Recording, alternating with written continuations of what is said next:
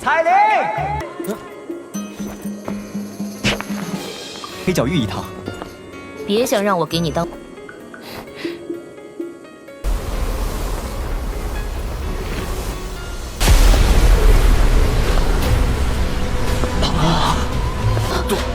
杜宗，这个女人，她怎么会出现在这儿？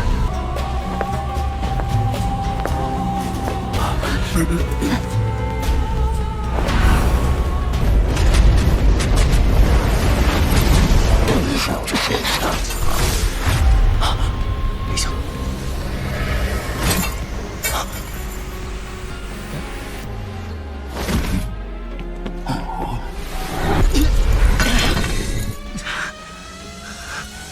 又要救我，又对我这么不客气，这得是这家伙突然出现。韩风这个混蛋，现在恶心的。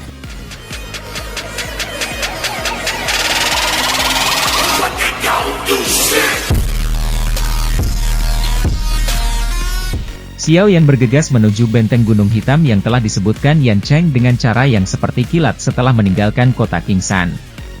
Xian mengikuti di belakangnya. Setelah ia menembus kelas Dou Huang, kecepatan terbang Xiao Yan jelas jauh lebih cepat daripada di masa lalu. Tubuhnya seperti bintang jatuh saat terbang melintasi langit. Dalam beberapa kedipan, dia menghilang ke cakrawala. Meskipun kadang-kadang ada beberapa tatapan berhenti di langit, mereka hanya bisa melihat seberkas cahaya yang melompat dan melintas beberapa kali. Xiao Yan terbang dengan kecepatan maksimumnya. Wajahnya ditutupi dengan kesendirian.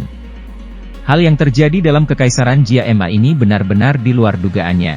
Dia juga merasa sedikit takut ketika dia mengingat masalah. Untunglah Ratu Medusa campur tangan kali ini.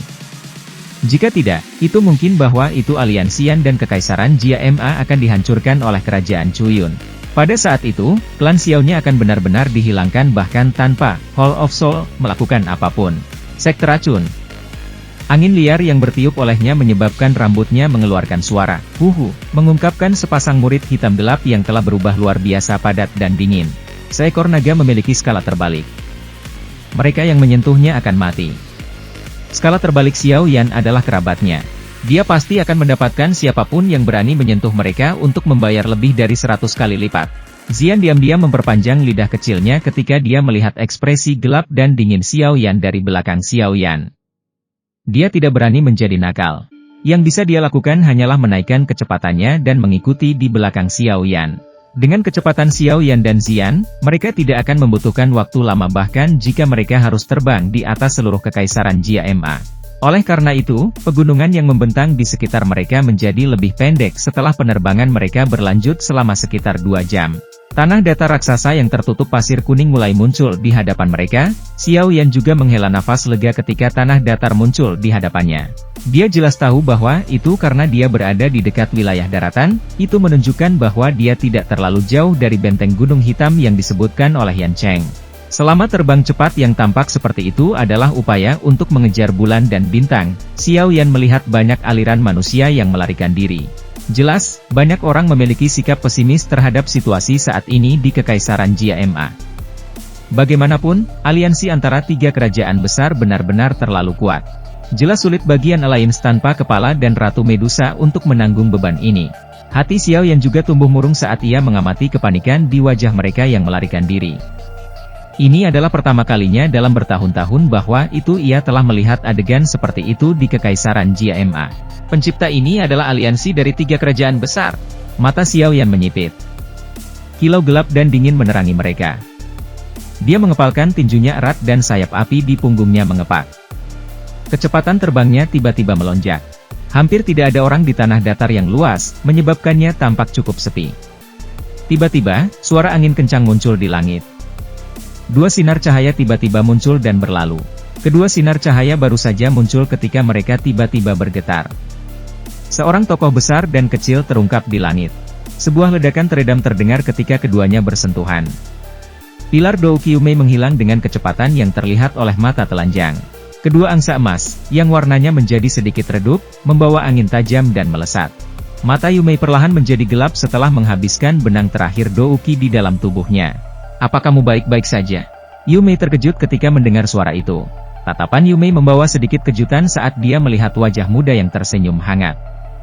Untuk beberapa alasan yang tidak diketahui, Yumei merasa bahwa itu wajah ini agak akrab. Namun, dia tidak dapat mengingat di mana dia telah melihatnya. "Kamu seseorang dari Kekaisaran JMA?" Para murid ular menyapu pria berjubah hitam di depannya saat dia bertanya dengan hati-hati. Xiao Yan tidak bisa menahan senyum ketika dia melihat cara peringatan Yumei. Dia segera mengangguk dan berkata, "Tenang, aku seseorang dari Kekaisaran JMA." Yumei hanya diam-diam menghela nafas lega ketika mendengar ini. Dia baru saja berjuang untuk berdiri ketika perasaan lemah yang dipancarkan dari tubuhnya menyebabkan dia gagal dalam usahanya. Dia hanya bisa menghela nafas ganas. Sebuah pil obat bundar yang memancarkan aroma tenang muncul di depannya dalam ketidakberdayanya. Tertawa segera diikuti, "Kamu dapat mencoba memakannya jika kamu tidak takut bahwa itu racun." Yumei ragu sedikit saat dia menerima pil obat.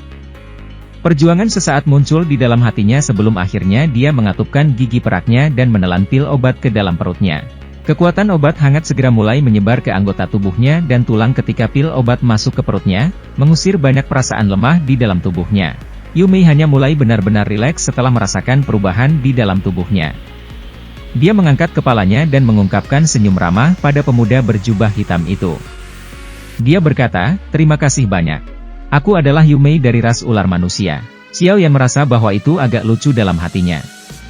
Dia mempelajari ular betina cantik nan ganas ini. Dia telah mengatupkan giginya saat itu dan berniat menyeretnya kembali menjadi budak prianya, tapi sekarang dia menampilkan senyum lembut padanya. Dia segera menoleh ke atas dan melemparkan tatapannya ke arah dua pria setengah baya yang ekspresinya menjadi luar biasa padat dan gelap setelah dia muncul. "Hati-hati. Kedua orang ini adalah ahli dari Sekte Emas Angsa Kekaisaran Luoyan. Kekuatan mereka semua berada di kelas Do Uang dan tidak dapat diremehkan." Yumei juga memulihkan beberapa kekuatan dengan kekuatan obat dari pil obat. Dia menggerakkan ekor ular dan mengangkat tubuh indahnya. Para murid ular itu menatap kedua orang di depan dengan cara yang gelap dan dingin saat dia berbicara. Mulut Xiao Yan bergerak tepat saat dua sosok itu masuk dalam radius 10 kaki dari Xiao Yan. Gurg! Cincin api meledak dan dua angka, yang dengan keras menimpa, segera terhenti. Mereka terbang mundur dalam posisi yang sangat menyedihkan dan akhirnya perlahan berhenti setelah menggosok tanah selama lebih dari 10 meter. Mulut penuh darah segar tanpa sadar diludahkan. Mereka mengangkat kepala mereka dan wajah mereka penuh dengan kejutan ketika mereka melihat pria muda berjubah hitam yang menyeringai itu. Yumei juga melebarkan mulutnya yang kecil, ramping, merah dalam keterkejutan sementara badai diseduh di dalam hati Jin Zhen dan rekannya. Dua suara teredam muncul saat Yumei tercengang. Pada saat dia mengangkat kepalanya, dia hanya bisa melihat Jin Zhen dan rekannya melarikan diri dengan liar. "Cepat, kejarlah. Jangan biarkan mereka kabur." Yumei buru-buru menangis ketika dia melihat bahwa mereka berdua berusaha melarikan diri. Namun, sebelum suaranya selesai berbicara, dia sekali lagi terdiam ketika dia menemukan bahwa Xiao Yan di depannya sudah menghilang. Kecepatan ini. Tangan halus Yumei mengusap keringat dingin di dahinya. Yumei akhirnya bertanya dengan hati-hati setelah beberapa pemikiran terlintas di hatinya. Xiao Yan tanpa sadar tertawa ketika dia melihat cara berhati-hati Yumei. Xiao Yan merasa itu lucu saat dia melihat cara Yumei yang mengejutkan dan membosankan ini. Yumei perlahan pulih dari keterkejutannya ketika dia mendengar ini. Wajahnya berganti-ganti antara hijau dan putih. Dia tidak akan pernah berpikir bahwa itu orang kuat ini, yang bisa membunuh dua Do Wangs dengan mengangkat tangannya. Akan benar-benar pemuda yang melarikan diri dengan cara yang menyedihkan sambil dikejar olehnya. Dia ingat bahwa itu Xiao Yan hanyalah seorang Do Usi ketika dia bertemu dengannya saat itu. Wajah Yumei bergejolak. Sementara keheranan terhadap pria berjubah hitam yang tersenyum ini, pria muda itu bangkit dalam hatinya. Tubuhnya tanpa sadar mundur 2 langkah. Suaranya mengingatkan saat dia berkata, "Apa yang kamu rencanakan?" Saat itu, Xiao Yan dikejar olehnya sampai dia menjadi sangat menderita. Jika dia belum bertemu dengan kelompok Guhi sepanjang jalan, kemungkinan dia akan menangkapnya.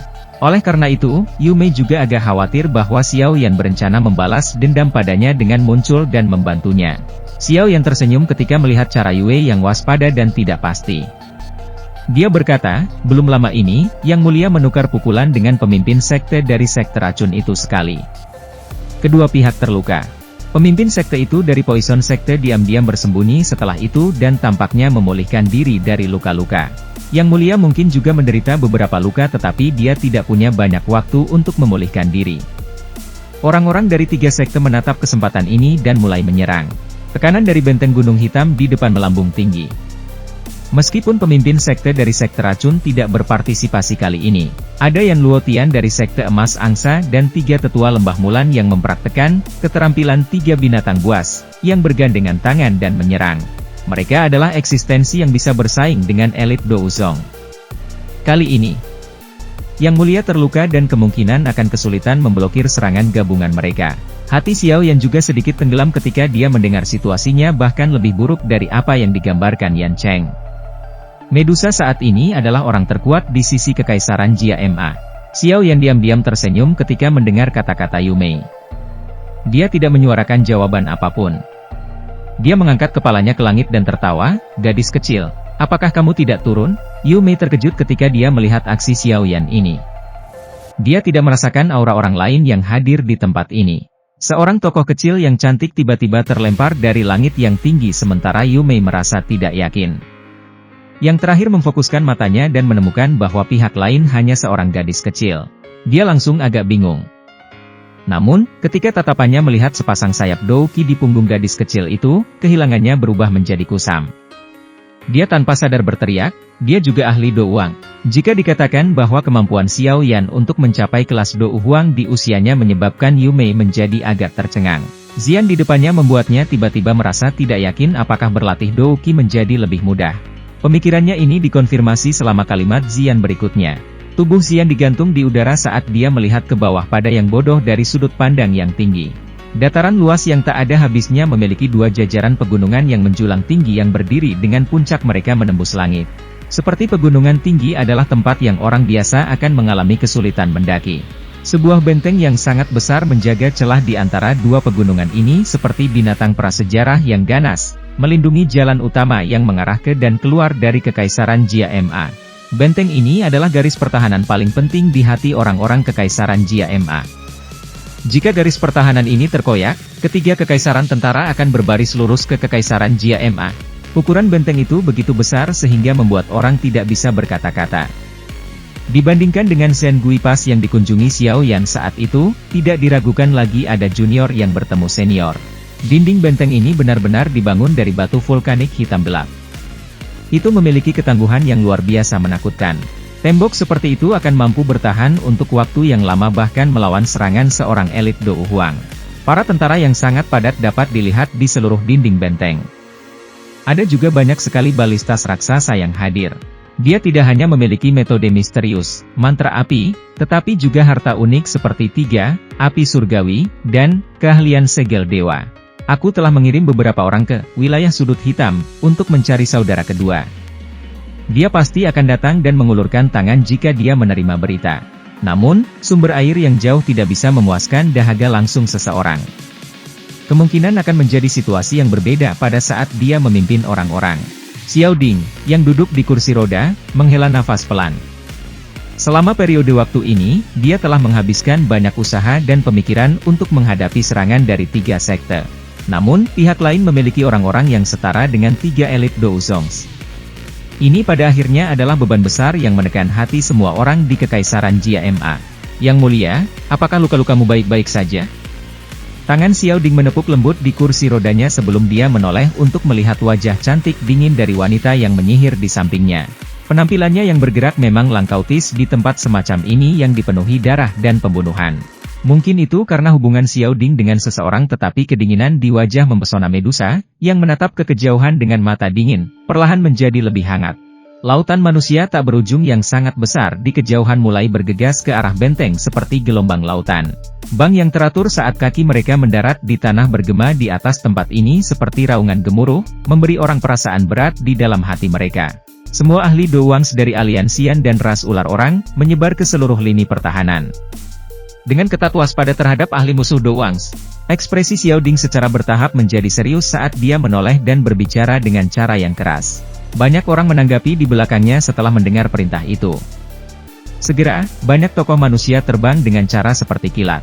Semua orang, pertempuran besar hari ini mempengaruhi kelangsungan hidup Kekaisaran Jia Ma dan ras ular orang.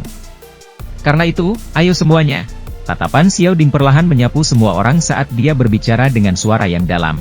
Semua orang menganggukkan kepala mereka dengan ekspresi serius ketika mereka mendengar kata-katanya. Sementara benteng memasuki mode siap tempur, masa hitam kepala manusia mulai membanjiri di tengah teriakan pertempuran keras yang melambung ke langit. Banyak sinar cahaya terbang di udara di atas lautan manusia ini. 3 pria tua yang muncul di langit mengenakan jubah berwarna hijau. Namun, ada singa, harimau, dan beruang di 3 jubah masing-masing. Gambar-gambar ini tidak tampak seperti sesuatu yang dibuat dari jahit biasa. Sebaliknya, mereka tampaknya telah diaglomerasi dari jenis energi misterius tertentu. Oleh karena itu, ketika mata seseorang menyapu mereka, 3 binatang buas yang luar biasa itu sepertinya menatap dengan mata setan merah terang mereka. Jika itu adalah seseorang yang tidak memiliki kekuatan mental yang kuat, kaki mereka tanpa sadar akan menjadi lemas di bawah tatapan penuh kekerasan yang dipenuhi dengan niat membunuh. Meskipun aura dari 3 pria tua berjubah hijau ini hanya berada di puncak kelas Do Huang, keseriusan yang sulit untuk menyembunyikan wajah Medusa tertutup. Tribist Savage Skill, yang dilakukan oleh ketiga orang ini sangatlah aneh. Kekuatan bertarung ketika mereka bertarung bersama sangat mengejutkan. Bahkan dia harus memperlakukan mereka dengan serius. Masa hitam tentara dari 3 aliansi kekaisaran di luar benteng segera meletus menjadi sorakan guntur seperti saat 3 sesepuh besar dari lembah Mulan muncul. Dibandingkan dengan peningkatan moral yang besar, Xiao Ding dan yang lainnya di dalam benteng merasa hati mereka sedikit tenggelam. Sial, bajingan tidak tahu malu ini. Tidak peduli bagaimana orang menyebutnya, mereka adalah ahli yang memiliki reputasi besar di wilayah barat laut. Namun, mereka benar-benar menggertak orang lain dengan nomor. Ekspresi Hai Bodong jelek saat dia melihat ketiga pria tua yang muncul di langit. Dia tidak bisa menahan diri untuk mengutuk dengan marah. Ekspresi Jia Xingtian juga sama jeleknya saat dia mengangguk. Dia merenung sejenak, mengatupkan giginya dan berkata, "Mengapa kita berdua tidak pergi keluar dan membantu Medusa menahan mereka sejenak? Akan bagus jika kita bisa memberikannya waktu. Pegang kudamu." Jika kalian berdua juga menyerang, para ahli lain dari 3 sekte pasti tidak akan hanya berdiri dan menonton. Pada saat itu, kita akan berakhir dengan mengedepankan letusan pertempuran besar. Ini juga akan sangat sulit untuk mencapai tujuan kamu. Ekspresi Xiao Ding sungguh-sungguh ketika dia menggelengkan kepalanya dan berbicara. Apa yang selanjutnya kita lakukan? Jangan bilang kalau kita harus melihatnya dikepung dan diserang. Hai Bodong mengerutkan kening sambil menjawab. Yang bisa kita lakukan sekarang adalah berharap Ratu Medusa akan bisa memblokir mereka. Tidak ada solusi lain. Xiao Ding tertawa pahit dan menghela nafas. Perencanaan apapun tidak akan membantu situasi ini di mana mereka mengalami kerugian dalam semua aspek. Hai Bodong dan Jia Xingtian hanya bisa dengan enggan menyerbu kaki mereka ketika mereka mendengar ini. Sebuah kekuatan menakutkan menyerbu dari tubuh pedang. Yan Luo Tian mengeluarkan dengusan teredam dan sayap angsa besar di punggungnya tiba-tiba mengepak. Sayap angsa itu melesat dan menabrak gambar pedang yang tebal. Gambar pedang dengan cepat berubah menjadi ketiadaan karena kedua belah pihak menghabiskan kekuatan mereka. Saat gambar pedang akhirnya berubah menjadi ketiadaan, mata Yan Luo Tian berkedip. Suara jelas ledakan energi tiba-tiba bergema di atas langit. Medusa mengeluarkan dengusan teredam di depan tatapan yang tak terhitung jumlahnya dan tubuhnya menarik lebih dari 10 langkah. Di sisi lain, Yan Luo Tian dan 3 tetua Mulan hanya mengambil 2 langkah mundur. Jelas, Medusa mengalami kerugian dengan melawan 2 orang dalam pertukaran ini sendirian.